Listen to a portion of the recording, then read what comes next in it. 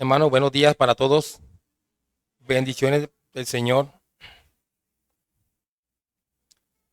Ruego siempre al Espíritu Santo para que se glorifique en medio de la iglesia cada vez que su palabra sea predicada y esa palabra que se predica sea haciendo el efecto en el corazón de cada persona aquí reunida.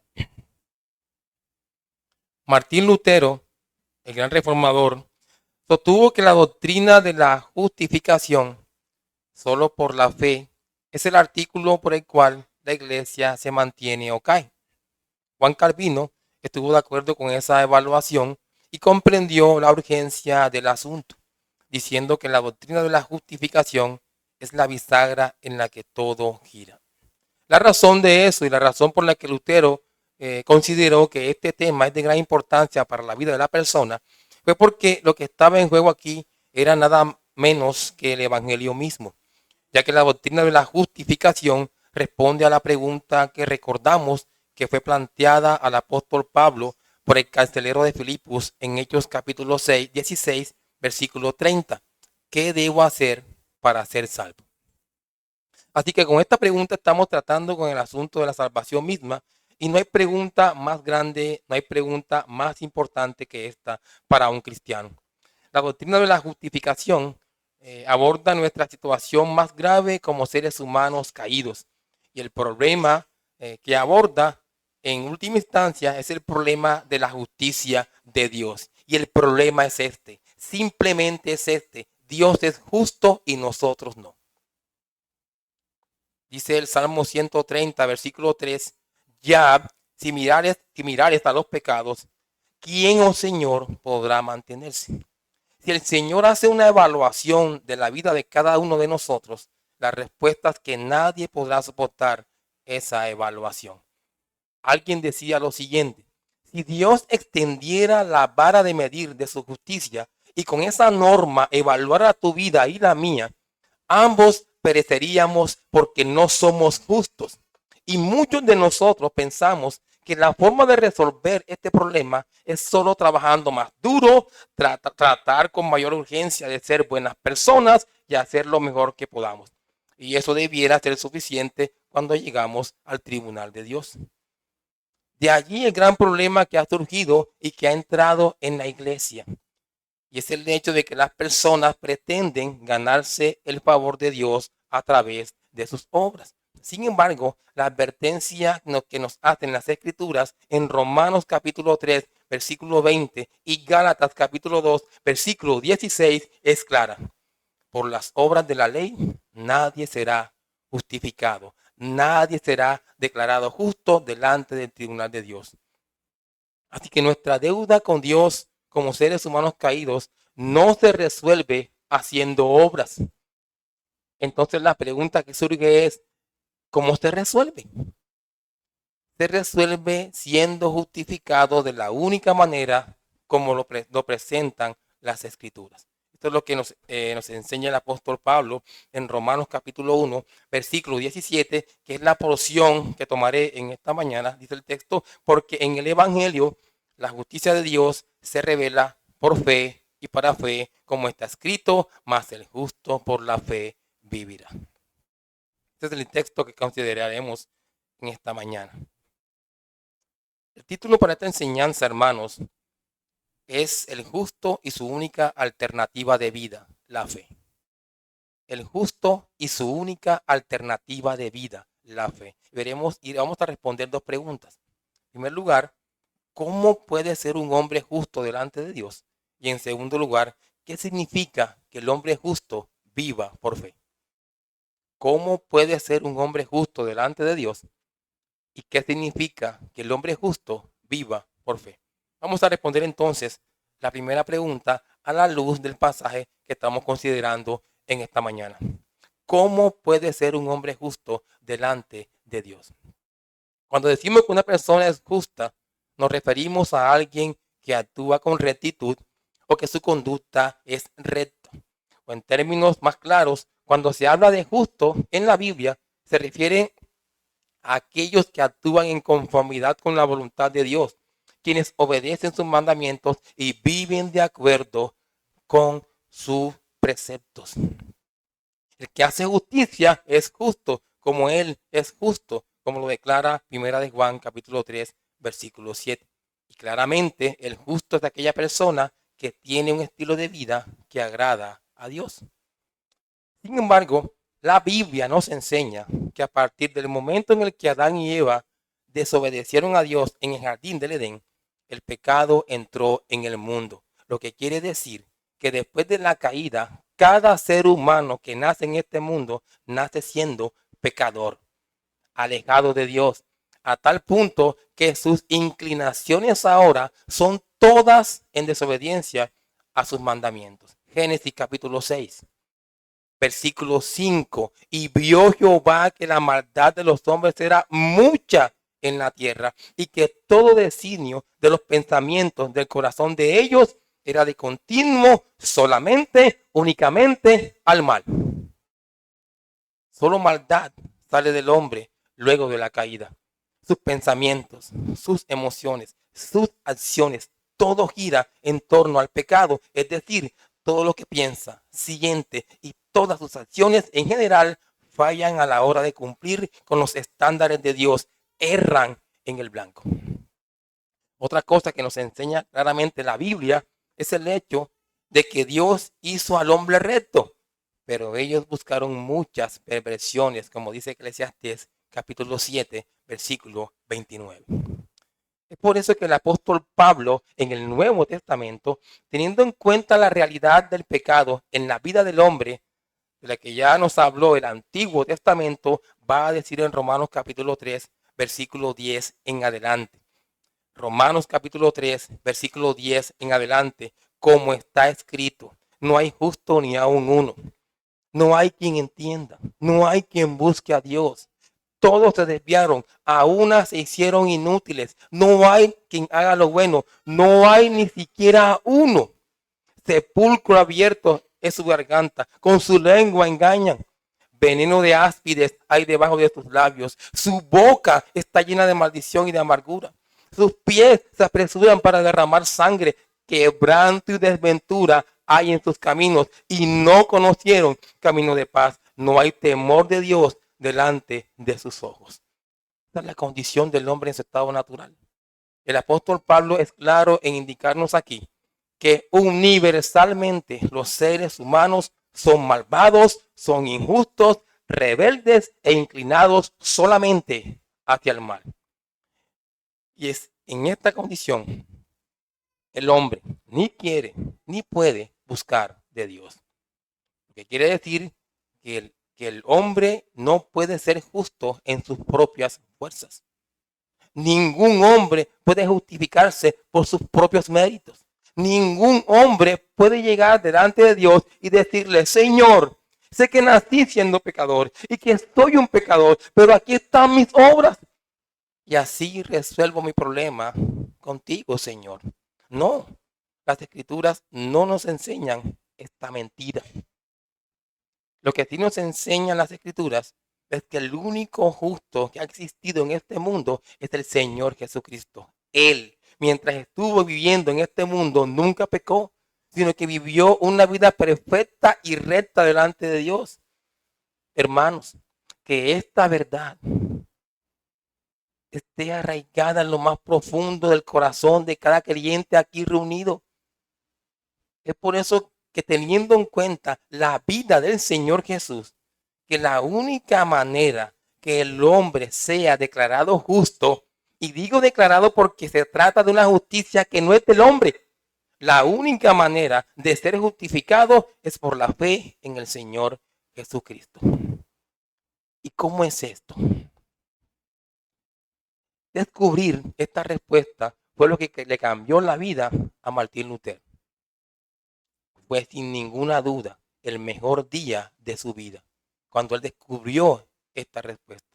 Cuando él se acerca a la carta a los romanos, y específicamente al capítulo 1, versículo 17, que es el que estamos estudiando en esta mañana, se dio cuenta de que el apóstol Pablo, inspirado por el Espíritu Santo, cuando se refiere a la justicia de Dios, no se está refiriendo a la justicia de Dios al darnos lo que merecemos. porque de esta manera nos condenaría a todos el Señor, sino que se está refiriendo a la justicia de Dios que es puesta en favor del pecador y que los reformadores llamarían la justicia que vale ante Dios, que le agrada a Dios. Y esta es la justicia que Dios mismo imparte al pecador o pone en la cuenta del pecador por medio de la fe en Jesucristo. Filipenses capítulo 3. Veamos el ejemplo de la vida del apóstol Pablo mismo. Filipenses capítulo 3, versículo 3 al 9. Quiero que vean el ejemplo que nos da el apóstol Pablo aquí acerca de la justicia de Dios, de la que está aquí hablando y de cómo él reconoce que fue puesta a su cuenta. Porque nosotros somos la circuncisión, los que en espíritu servimos a Dios y nos gloriamos en Cristo Jesús, no teniendo confianza en la carne. Aunque yo tengo también de qué confiar en la carne. Si alguno piensa que tiene de qué confiar en la carne, yo más. Escuchen ahora lo que dice el apóstol Pablo acerca de su religión pasada. Versículo 5. Circuncidado al octavo día, del linaje de Israel, de la tribu de Benjamín, hebreo de hebreos, en cuanto a la ley, fariseo, en cuanto a celo, perseguidor de la iglesia, en cuanto a la justicia que es en la ley, irreprensible. Versículo 7, pero cuantas cosas eran para mi ganancia, las he estimado como pérdida por amor de Cristo. Y ciertamente aún estimo todas las cosas como pérdida por la excelencia del conocimiento de Cristo Jesús, mi Señor, por amor del cual lo he perdido todo y lo tengo por basura para ganar a Cristo. El apóstol Pablo está diciendo en esta porción que acabo de leer que antes él era un fariseo, un religioso. Su conducta era intachable, cumplía estrictamente los dictámenes de su religión, su decencia, su moral era bien vista delante de la sociedad. Pero cuando se dio cuenta de las demandas de Dios, le hacía en su ley, cuando él se confrontó con la ley de Dios, llegó a la conclusión de que su religión, su moral y su decencia no valían para nada ante los ojos de Dios, porque Dios es infinitamente santo, porque Dios es infinitamente justo, y la reacción del apóstol Pablo al darse cuenta de esta realidad la encontramos en el versículo 9 de Filipenses capítulo 3, y ser hallado en él, no teniendo mi propia justicia, que es por la ley. Él está diciendo, mi justicia no sirve para nada, mis obras no sirven, sino la que es por la fe de Cristo, la justicia que es de Dios por la fe. Esta es la única justicia aceptable delante de Dios. Es la única justicia. Recordemos, hermanos, que el Señor Jesucristo vino a esta tierra a cumplir perfectamente todas las demandas de la ley. Y luego murió en la cruz del Calvario, tomando las transgresiones de aquellos a quienes él vino a salvar. Repito, esta es la única justicia que Dios acepta, la justicia de Cristo. En la cruz del Calvario, todos nuestros pecados fueron imputados a Jesucristo. De manera que él pagó por ellos como si él mismo los hubiera cometido. Y al mismo tiempo, la justicia perfecta de Cristo nos fue imputada o puesta a nuestra cuenta. Al que no conoció pecado, por nosotros lo hizo pecado, para que nosotros fuésemos hechos justicia de Dios en él. Segundo a los Corintios, capítulo 5, versículo 21. Por nosotros Dios lo hizo a Cristo pecado. A nosotros Dios nos dio la justicia de Cristo. Él recibió el pago que merecía nuestros pecados. Y su justicia perfecta fue puesta a nuestra cuenta. Es por eso, creyentes, es por eso que cuando llevamos el mensaje del Evangelio, no le decimos a la gente, Dios te ama y tiene un plan maravilloso para ti, o que tú eres bueno y Dios te necesita. Eso no es el Evangelio. Es por eso que cuando llevamos el mensaje del Evangelio, primero iniciamos dando la mala noticia. que Dios es un Dios justo que condena al pecador. Y la buena noticia es que Él ha provisto la solución a ese problema. Él ha provisto la misma justicia que su justicia demanda para que el pecador pueda ser salvo como en y a través de nuestro Señor Jesucristo. Le muestro al pecador, le muestro su condición y le muestro que va a merecer la condenación eterna a menos que se ampare en la justicia perfecta de Jesucristo. Y como alguien diría, meditemos en esta verdad más y más hasta que nuestros corazones ardan cada día de amor y de celo por nuestro bendito Salvador y Señor Jesucristo.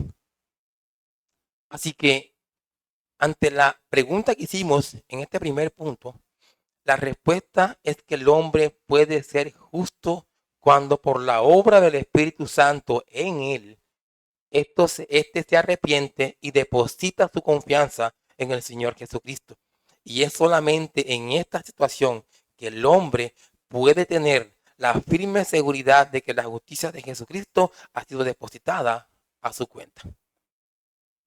Así que sí se puede ser justo y de la manera como acabo de explicar en este punto 1 que consideramos. Vamos ahora a responder la segunda pregunta en nuestra enseñanza de hoy, lo que nos lleva al segundo punto. ¿Qué significa que el hombre justo viva por la fe? Lo primero que quiero resaltar en cuanto a la fe es el hecho de que la fe no es natural al hombre. Ningún ser humano tiene la capacidad de creer. Nadie, ninguno, absolutamente nadie en su estado natural puede decir yo produzco fe y tengo fe. Eso no es verdad. Hechos de los Apóstoles capítulo 18, versículo 27. Vamos a comprobar a través de estos versículos que la fe es un don de Dios, es un regalo de Dios. La fe viene de Él hacia el pecador. El pecador no, repito, no produce fe. No lo puede hacer. Hechos 18, 27.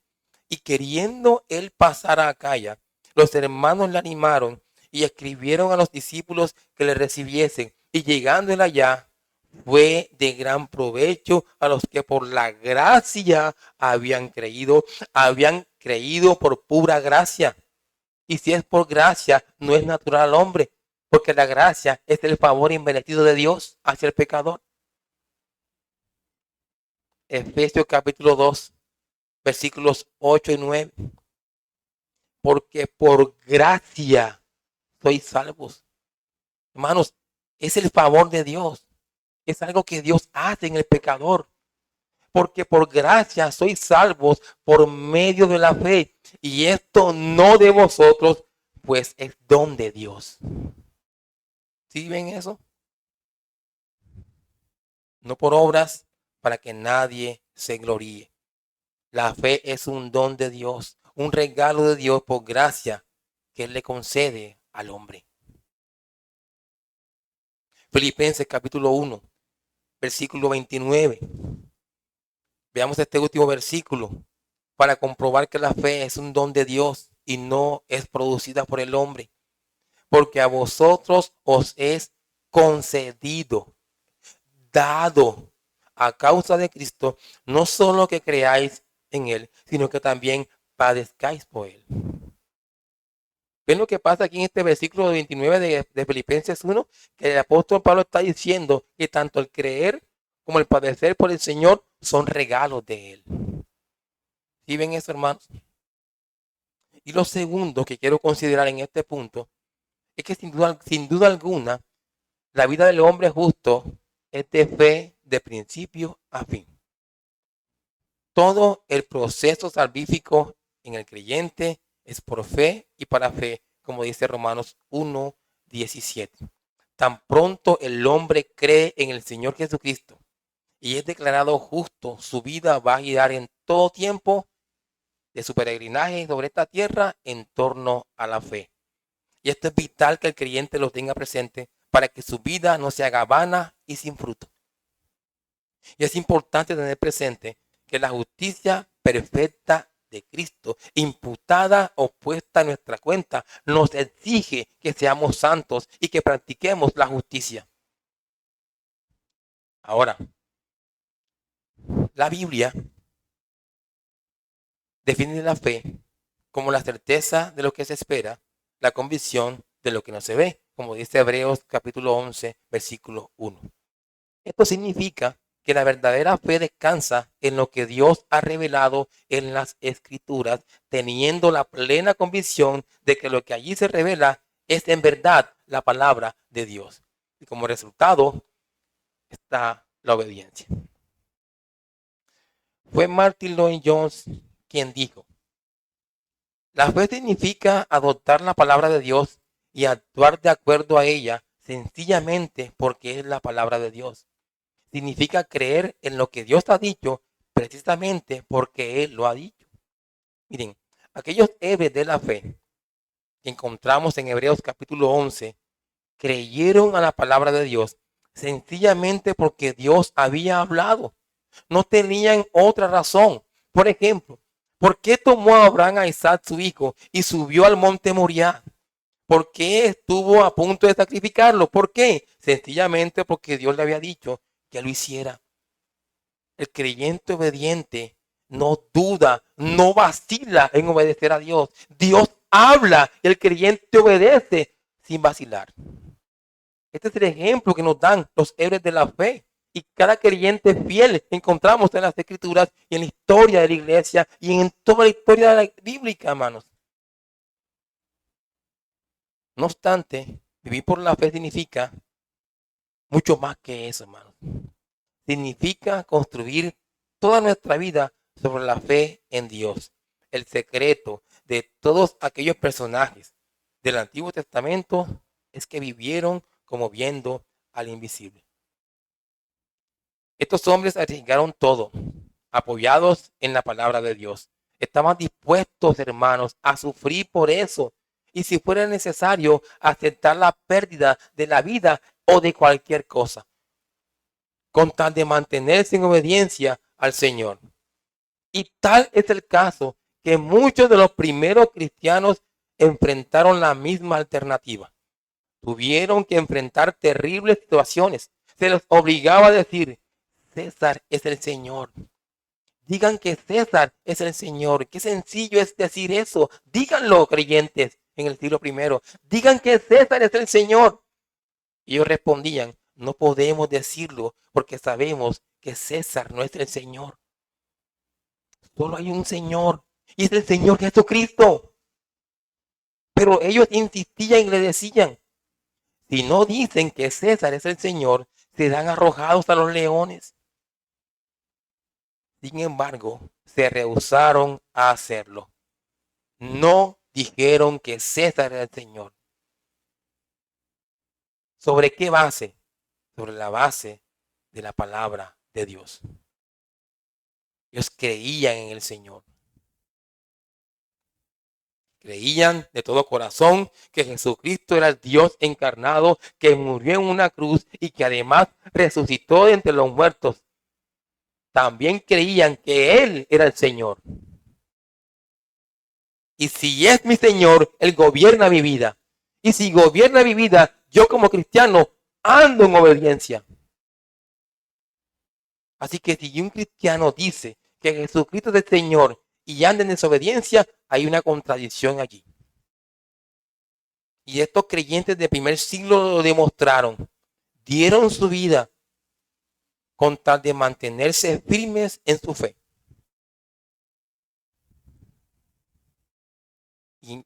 Y en virtud de esta verdad gloriosa, declaraban que jamás reconocerían a César como el Señor. Esta gente lo arriesgó todo. Murieron por su fe y en la fe. ¿Tú estás dispuesto, creyente, a morir así como ellos? Así que el camino bíblico es un caminar o vivir por fe. El justo por la fe vivirá. Esta expresión hace énfasis en la continuidad de la fe. no se trata de un acto realizado una sola vez, sino de un estilo de vida. ¿Por qué hay tantos creyentes desobedientes? ¿Por qué hay tantos creyentes que no leen las escrituras? ¿Cómo vas, creyente, a cumplir la voluntad de Dios si no lees la Biblia, no la estudias, no la meditas? O si te acercas a ella, lo haces de una manera muy vana y ligera. Es un estilo de vida, hermanos. El creyente verdadero que ha sido declarado justo vivirá en fe toda su vida. Toda su vida, hermanos. Hay algo muy importante que quiero resaltar aquí. Es el hecho de que el mensaje que el apóstol Pablo nos enseña en Romanos 1:17 es acorde a todo lo cuanto Dios ha revelado antes. Por eso cita el profeta Habacuc, como está escrito, mas el justo vivirá por la fe. Así que este mensaje de salvación no es nuevo, porque es el mismo que ha sido proclamado desde el Antiguo Testamento. Dios siempre ha demandado que su iglesia sea obediente a su palabra, a su voz. Recuerda, creyente, como nota final, recuerda, creyente, lo que hizo nuestro Señor Jesucristo. Él cumplió la ley perfectamente y además asumió la culpa de los pecados cometidos de aquellos por los cuales Él vino a salvar. Él nunca pecó, pero murió en la cruz como el peor de los pecadores por causa de los pecados de su pueblo. Mas Él herido fue por nuestras rebeliones, molido por nuestros pecados. El castigo de nuestra paz fue sobre Él y por su llaga fuimos nosotros curados. Todos nosotros nos descarriamos como ovejas, cada cual se apartó de su camino, mas Jehová cargó en él el pecado de todos nosotros. Gracias a la obra que el Señor Jesucristo hizo por ti, creyente, el apóstol Pablo va a decir en Romanos 8, versículo 1, que ninguna condenación hay para los que están en Cristo Jesús. Y remata en el versículo 39 de este mismo capítulo, que nada nos podrá separar del amor de Dios que es en Cristo Jesús. Así que aquella persona que ha sido declarada justa tiene la firme certeza de que no será condenado y de que nunca será separado de su Señor. Así que confía, creyente, confía en la obra de tu Señor y no te canses nunca, pero nunca de glorificarle. Iglesia, gloria a Cristo.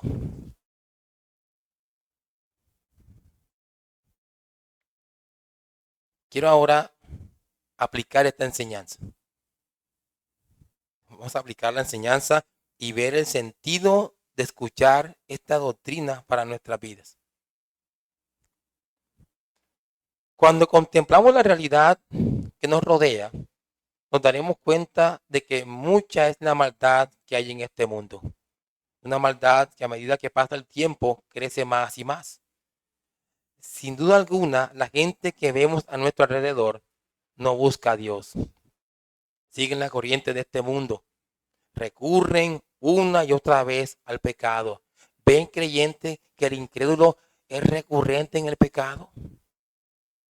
Es por eso que cuando el Señor salva a una persona, la traslada de la luz, de las tinieblas a la luz. Y cuando hay ese traslado de las tinieblas a la luz, la diferencia se va a notar. Se va a notar. Es por eso que con toda confianza puedo afirmar, tanto para el incrédulo como para el creyente, que por sus frutos los conocerá.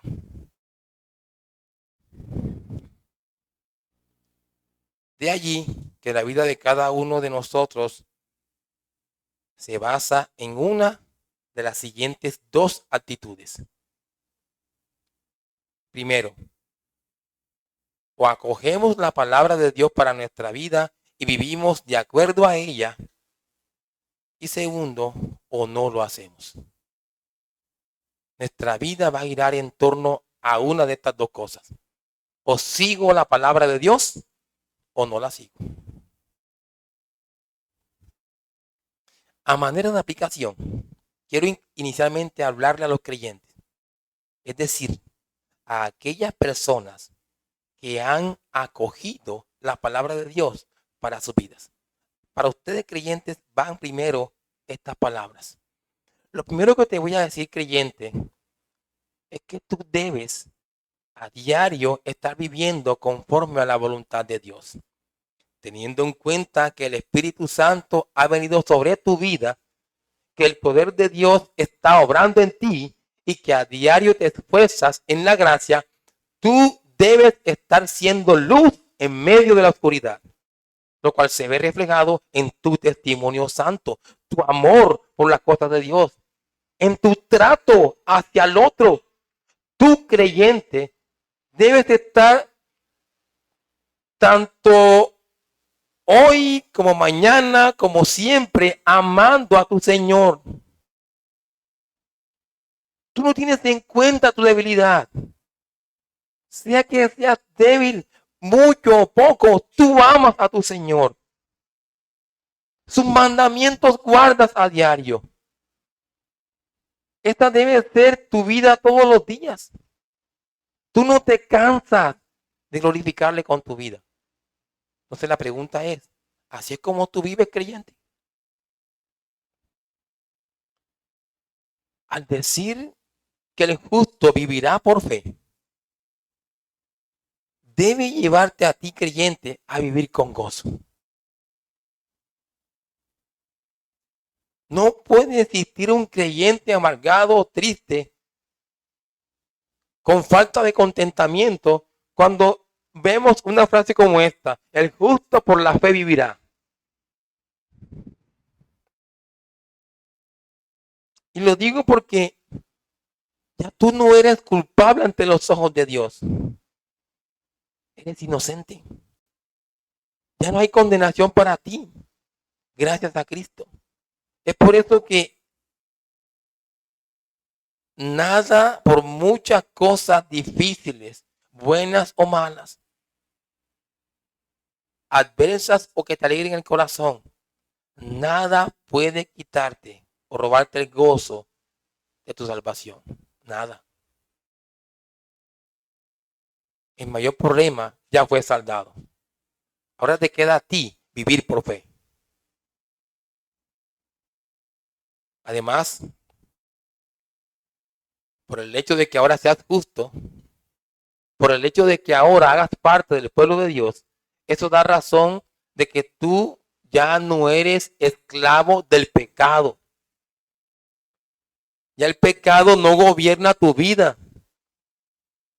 No es quien manda en tu vida el pecado. El pecado ya no es tu Señor. Al contrario, lo debes aborrecer. Aunque éste se presente en el estímulo más sencillo. Es por eso que nunca, pero nunca serás indiferente al pecado, ya que en tu amor por la justicia diario serás intencional en discernir entre lo bueno y lo malo, y te apartarás de lo malo y promoverás lo bueno en tu vida. Y recuerda, creyente, que el vivir por fe es un camino diario y continuo en el que tú debes estar andando. La vida en nuestra casa, la vida en la iglesia, la vida en privado, la vida en el mundo, ha de ser toda ella vivida en el poder de la fe, si es que eres una persona justa. Finalmente, te digo a ti, creyente, hay un abismo muy grande entre el cobarde y tú. Hay un abismo muy grande, yo diría que inalcanzable, entre el cobarde y tú. El cobarde es inestable y cualquier circunstancia adversa lo hará negar a su Señor y apartarse de él. El cobarde, con tal de darle pie al pecado, se aparta de la vida de fe, dándole rienda suelta a su maldad. Incluso el cobarde, por temor a los hombres, con toda seguridad afirmará que César es el Señor con tal de salvar su vida. Tú creyente, no seas así. Vive por fe, aunque venga la adversidad. Vive por fe, aunque el pecado ataque. Vive por fe, aunque estés en peligro de muerte por causa de tu fe. Al cobarde nada le espera, sino una oscura y densa condenación. Pero a ti, creyente, te espera la gloria. Recuerda que el que persevera hasta el fin, este será salvo. Y finalmente, unas cortas palabras de invitación al incrédulo. Te digo algo a ti, amigo incrédulo, que estás ahora en estos momentos. Tú en tu corazón sabes que eres incrédulo, seguramente. Puede que nos engañes a todos aquí, pero tú en tu corazón sabes que eres incrédulo porque no amas a Dios, porque amas el pecado, porque el pecado es tu rey y señor. Tú lo sabes. Pero para esta persona que sabe que no es creyente y que sabe que el pecado es su señor, para ti va esta palabra. Para ti va. Lo que carece de fe, carece de vida. Las obras muertas no pueden agradar al Dios viviente. Sin fe es imposible agradar a Dios. Juan capítulo 3, versículo 36. El que cree en el Hijo tiene vida eterna, pero el que rehúsa creer en el Hijo no verá la vida, sino que la ira de Dios está sobre él. Si tú, incrédulo, rehusas creer en el Señor Jesucristo, es porque eres un pecador esclavo al pecado y que amas tu pecado. Y si mueres en esa condición, te expondrás a escuchar el veredicto final del Dios celestial sobre ti. Apartaos de mí, malditos, al fuego eterno preparado para el diablo y sus ángeles, y de allí no podrás escapar. Ojo tu corazón incrédulo, si no quieres escuchar estas palabras. Es por eso que hoy te digo que vengas a Cristo clamando por misericordia. Él puede darte la gracia de la fe y el arrepentimiento que tú necesitas. Así que ven a Cristo hoy mismo. Vamos a orar.